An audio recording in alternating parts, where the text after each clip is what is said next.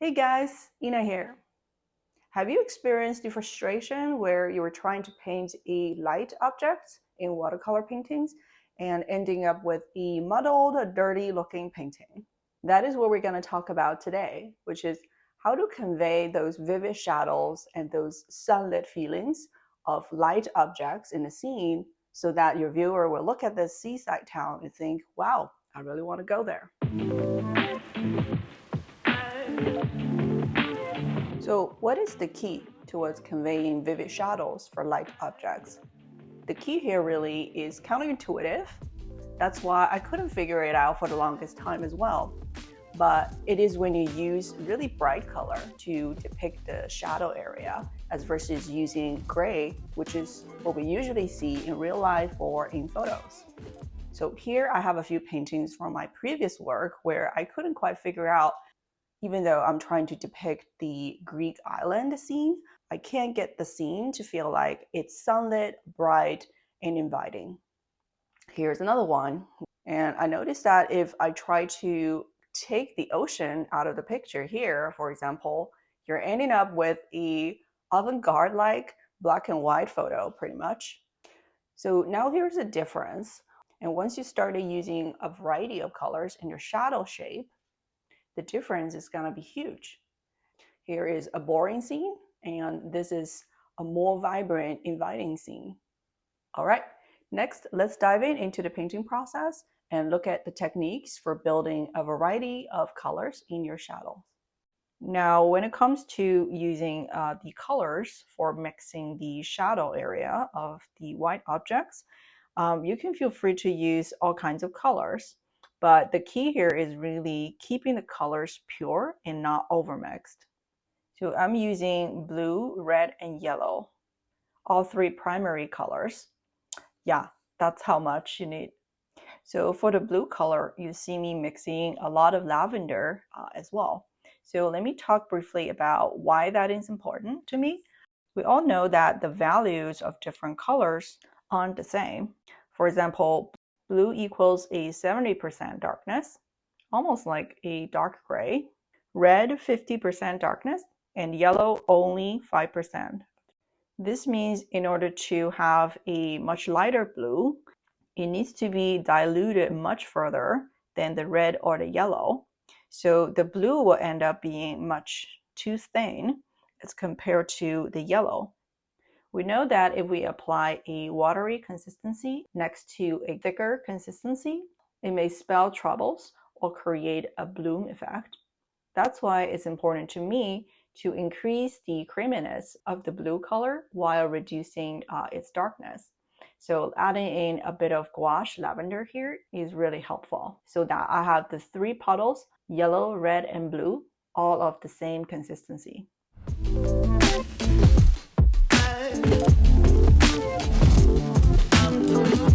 So as we go along here, you see me dipping into the puddles, reloading the brush as I go, and alternating between these different colors. But all of these colors still reside within that one large connected shape, which makes it for the shadow part. As long as we make sure we leave out the sunlit pattern, which will be the top of the buildings, and those needs to be pure white, we can do whatever we want really within that large connected shape of shadow. See me using a smaller brush where it doesn't have high water holding capacity, so you will end up with more dry brush marks, which is really nice. Obviously, I didn't invent the concept of colorful shadows myself.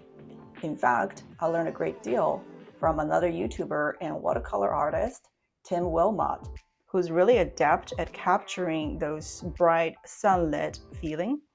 And he talks a lot about not over mixing colors on the palette, but mix the color on the paper, where he would dip into the pure color and then move on to mixing that onto the paper directly. So when the color's dried, it will look as though the shadows are made of a variety of colors and having a cool and warm effect in them.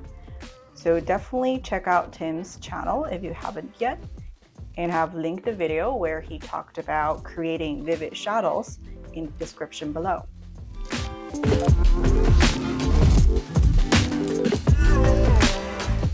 And here, when to choose the warm versus the cool grade, it also is a bit of design choice.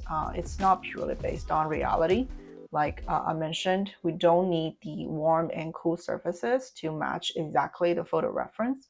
But since we have this orange on the upper left-hand side, it helps to echo that by adding a bit of orange in the lower right-hand side. Although in the photo, there is nowhere that we can find red in the shadows, but having red here really serves as a transition between the blue and yellow, because pure blue and yellow color will result in a green hue, which we don't want. But warm blue and yellow color, although they will result in a relatively dull green color, it still has a tinge of greenness. That's why I prefer personally to add the red, which then allow me to turn that blue into a purple hue and turn the yellow more into a orange hue. That way the blue can transition through the red and then into the yellow. Now we're adding a bit of like greeneries in some of the houses here. So green is usually not a high value of a color, which is about 30 to 40%.